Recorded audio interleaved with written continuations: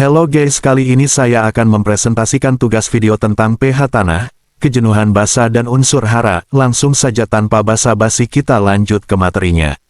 Pengenalan tentang pH tanah.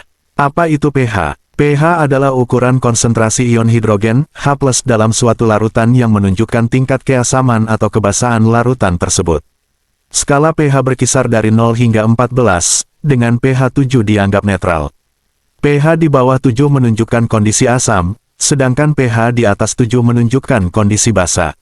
Apa pengaruh pH terhadap kapasitas tukar kation, KTK, dan ketersediaan nutrisi bagi tanaman?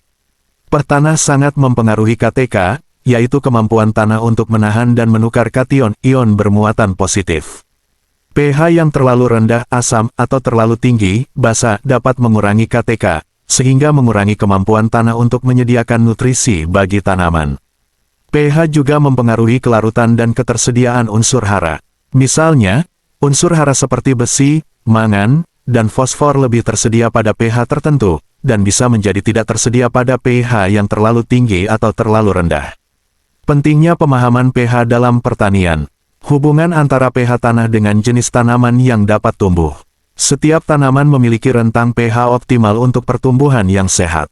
Tanaman tertentu seperti blueberry dan kentang memerlukan pH tanah yang lebih asam sekitar 4,5 sampai 5,5, sementara tanaman lain seperti bayam dan brokoli lebih cocok pada pH netral hingga sedikit basa 6,5 sampai 7,5.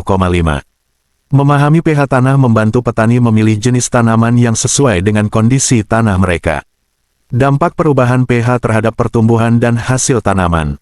Perubahan pH tanah dapat mempengaruhi pertumbuhan tanaman secara signifikan.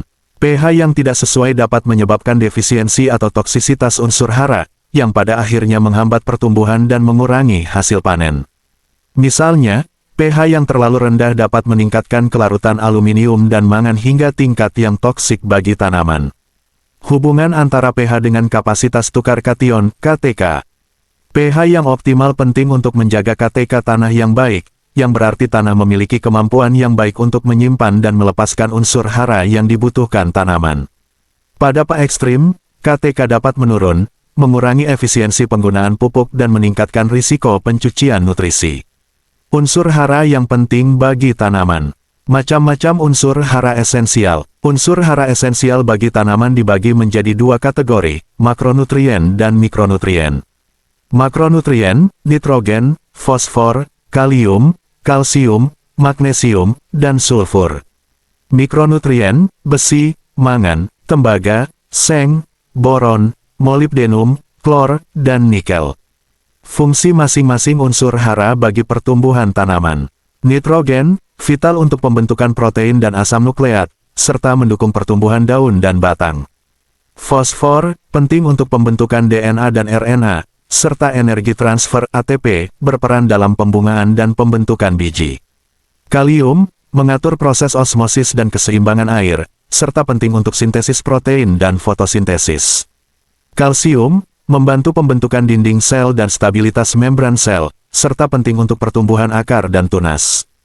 Magnesium, komponen utama klorofil, esensial untuk fotosintesis. Dan yang terakhir ada sulfur, penting untuk sintesis asam amino dan enzim. Mikronutrien meskipun diperlukan dalam jumlah kecil, tetap penting untuk berbagai fungsi biokimia tanaman. Misalnya, besi penting untuk sintesis klorofil, seng berperan dalam pembentukan enzim, dan boron penting untuk pembelahan sel dan pembentukan dinding sel. Pemahaman yang baik tentang pH tanah dan kebutuhan unsur hara dapat membantu dalam manajemen tanah yang lebih baik, yang berujung pada peningkatan produktivitas pertanian dan kesehatan tanaman. Metode pengukuran pH tanah. Penggunaan alat pH meter. Mengukur pH tanah dengan pH meter melibatkan langkah-langkah sebagai berikut. 1. Pengambilan sampel tanah. Ambil beberapa sampel tanah dari berbagai lokasi di lahan untuk mendapatkan gambaran yang representatif. Kedalaman pengambilan sampel biasanya sekitar 10-15 cm dari permukaan tanah. 2. Persiapan sampel, campur semua sampel tanah yang telah diambil, kemudian ambil bagian campuran tersebut untuk diuji. Jika tanah terlalu kering, tambahkan air destilasi secukupnya untuk membuatnya lembab, tetapi tidak berlebihan. 3. Kalibrasi pH meter. Sebelum mengukur pH tanah, pastikan pH meter dikalibrasi dengan larutan buffer standar, biasanya pH 4, 7, dan 10. 4. Pengukuran, masukkan elektroda pH meter ke dalam tanah lembab atau larutan tanah, tanah dicampur air destilasi dengan perbandingan 1:1 atau 1:2.5. Biarkan beberapa saat hingga pembacaan stabil. Dan yang terakhir ada pembacaan, catat hasil pH yang ditunjukkan oleh pH meter.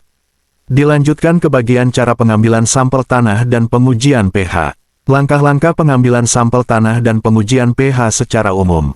1. Persiapan alat, siapkan peralatan seperti sekop kecil, ember, dan kantong plastik untuk menyimpan sampel.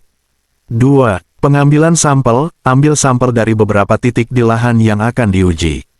Campurkan sampel dari titik-titik tersebut agar lebih representatif. 3. Pengeringan, angin-anginkan tanah hingga kering. Hindari sinar matahari langsung yang dapat mengubah sifat kimia tanah. 4. Pengayakan, ayak tanah dengan ayakan 2 mm untuk menghilangkan batu dan sisa tanaman. 5. Pengujian, campur tanah dengan air destilasi, perbandingan 1:1 atau 1:2.5. Aduk rata dan biarkan selama 30 menit. Ukur pH dengan pH meter atau kertas lakmus. Strategi peningkatan pH, kapasitas tukar kation, KTK, dan ketersediaan unsur hara. Penggunaan pupuk sesuai kebutuhan tanaman. 1. Pupuk kalsium, menggunakan kapur pertanian, kalsit atau dolomit untuk menaikkan pH tanah asam. Dolomit juga menambah kandungan magnesium. 2. Pupuk fosfor, menggunakan superfosfat untuk meningkatkan ketersediaan fosfor dalam tanah, terutama di tanah dengan pH rendah. 3. Pupuk kalium, menggunakan kalium sulfat atau kalium klorida untuk memenuhi kebutuhan kalium tanaman. Praktik-praktik konservasi tanah yang dapat mempengaruhi pH. 1. Rotasi tanaman, menanam tanaman leguminosa seperti kacang-kacangan yang dapat menambah nitrogen ke tanah dan memperbaiki struktur tanah. 2. Penanaman tanaman penutup cover crops, menanam tanaman penutup seperti rye atau clover untuk mencegah erosi dan menambah bahan organik ke tanah. 3. Pengelolaan bahan organik, mengaplikasikan kompos atau pupuk kandang untuk meningkatkan bahan organik tanah, yang dapat memperbaiki KTK dan ketersediaan unsur hara. 4. Pembuatan terasering, untuk lahan miring, terasering dapat mencegah erosi dan mempertahankan kelembaban tanah. Dan yang terakhir pengendalian pH tanah, secara berkala memeriksa dan mengatur pH tanah melalui penambahan kapur atau bahan lain sesuai kebutuhan tanaman dan kondisi tanah. Kesimpulan, pemahaman tentang pH tanah sangat penting dalam pertanian karena memengaruhi keseimbangan biologis, ketersediaan nutrisi, dan bahkan ketersediaan bahan kimia berbahaya dalam tanah. Tanaman membutuhkan unsur hara makro dan mikro dalam jumlah yang tepat guna mendapatkan pertumbuhan dan hasil yang optimal. Strategi untuk meningkatkan pH, ketersediaan nutrisi, dan keseimbangan tanah meliputi penggunaan pupuk yang sesuai, praktik-praktik konservasi tanah dan pemantauan pH secara teratur. Dengan penerapan strategi ini, pertanian dapat menjadi lebih produktif, berkelanjutan, dan dapat memenuhi kebutuhan pangan secara efisien. Mungkin dicukupkan sekian, jika ada kurangnya saya minta maaf, dan jika ada lebihnya tidak usah dikembalikan, karena saya orang yang ikhlas.